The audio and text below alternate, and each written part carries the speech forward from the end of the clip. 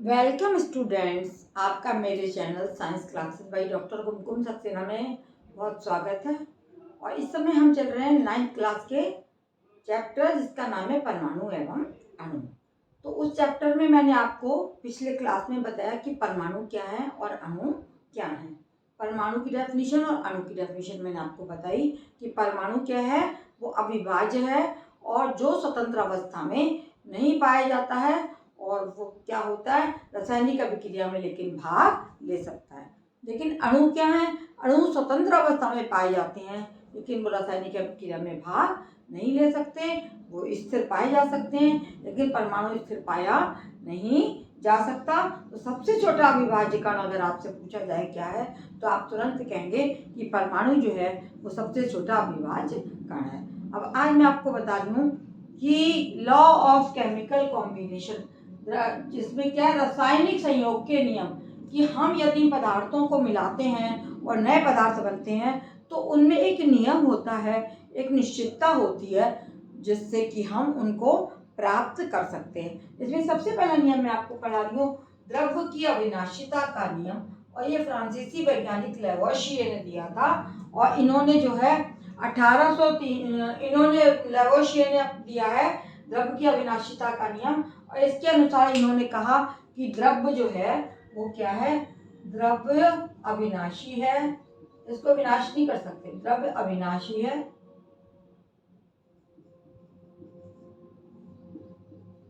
इसको ना तो उत्पन्न किया जा सकता है, ना तो उत्पन्न किया जा सकता है,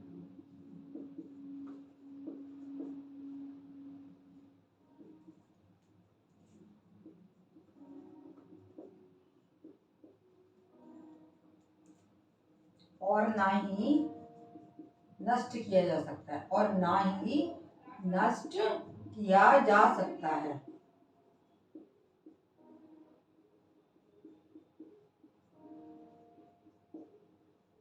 इसको मैं उदाहरण देके आपको समझाऊंगी।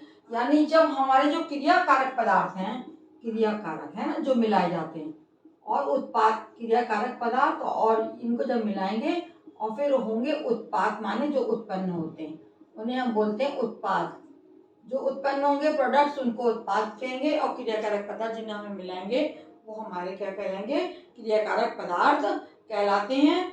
जैसे कि हमने मान सपोज करिए कि हमने कोई भी पदार्थ मिलाए हैं दो, और उसके बाद में बन रहा है एक अलग प्रोडक्ट। जैसे Ag हमने वो ले लिया AgNO3 सिल्वर नाइट्रेट, है ना, सिल्वर नाइट, ये कहलाएगा AgNO3 सिल्वर नाइट्रेट। और इसमें यदि हम KCl मिलाएंगे तो ये बन जाएगा तुम्हारा Ag जो है Cl से मिल जाएगा, सिल्वर क्लोराइड बना देगा, और प्लस ये बन जाएगा आपका KNO3।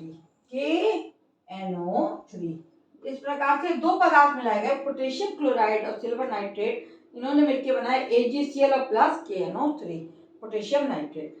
तो यदि हम इनका भार लेंगे, इनका जो भार होगा, जिस अनुपात में हम इन्हें मिलाएंगे और उनका परमाणु भार ज्ञात करेंगे, तो वो परमाणु भार उतना ही होगा जितना AgCl और KNO3 का होगा। दोनों तरफ जो परमाणु भार जो है यदि हम निकालेंगे इधर का जोड़ के और इधर का जोड़ के, तो बराबर ही आएंगे।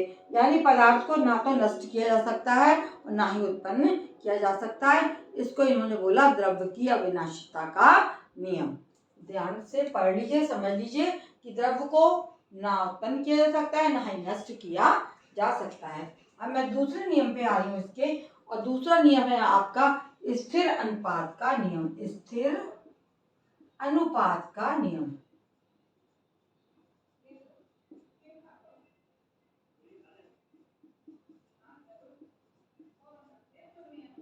Law of constant proportion. स्थिर अनुपात का नियम दूसरा है, ये आपके सामने आप रखा गया है। ये बनाया था आपके J.L. प्राइस्ट ने। J.L. प्राइस्ट वैज्ञानिक थे, J.L. प्राइस्ट, और इन्होंने एक नियम दिया जिसको कहा गया स्थिर अनुपात का नियम। ये इन्होंने 1799 में दिया था ये नियम। और इन्होंने क्या कहा कि यथ जल है ना, प्रत्येक शुद्ध रासायनिक यौगिक में स्थित तत्व प्रत्येक, ये क्या नियम था, प्रत्येक हमारे कहीं से भी हम लेंगे, प्रत्येक शुद्ध माने प्योर होना चाहिए, ऐसा नहीं है कि वो इम्प्योर है। प्रत्येक शुद्ध रासायनिक यौगिक में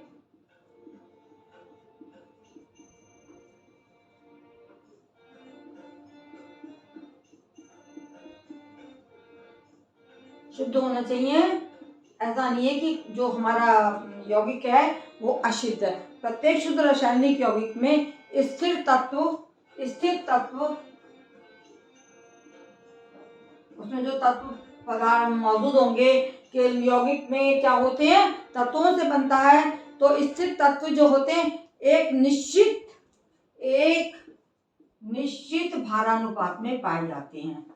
एक निश्चित भारानुपात, भार के अनुसार उनका निश्चित होगा, एक निश्चित भारानुपात में पाए जाते हैं। इसको कहा गया आपका स्थिर अनुपात का नियम। यानी आप सपोज करिए जल है H2O, ये क्या है, जल है ना। तो जल को चाहे हम समुद्र से ले आए, चाहे हम तालाब का जल होगा, चाहे नल का जल होगा, चाहे टंकी का जल होगा, या किसी भी और सोर्स का जल होगा, ऊपर से टपकने वाला भी जल होगा, वो तो प्योरेस्ट फॉर्म ऑफ वाटर होती है।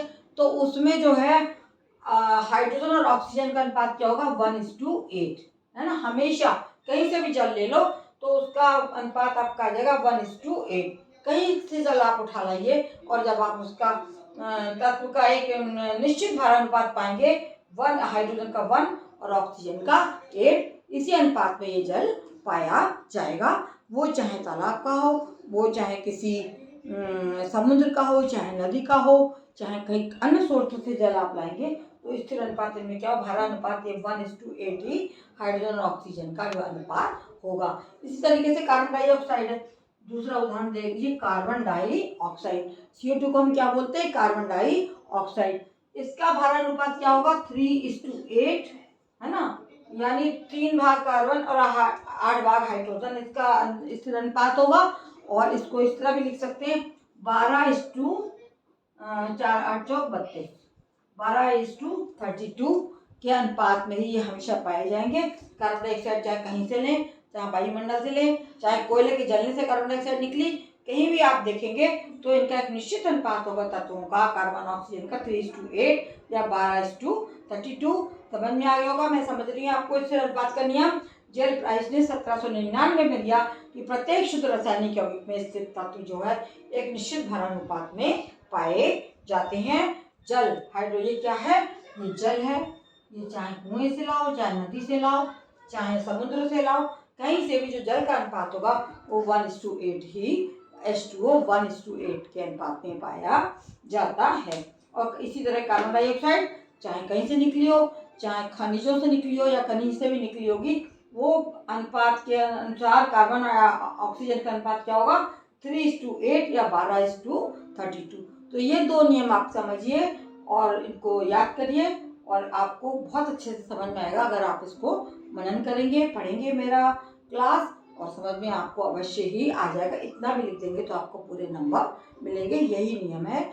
और मेरे चैनल को बच्चों देखते रहिए, सब्सक्राइब करना ना भूलिए, शेयर करिए और लाइक करिए। आपको इसी तरीके से मेरे क्लासेस मिलते रहेंगे।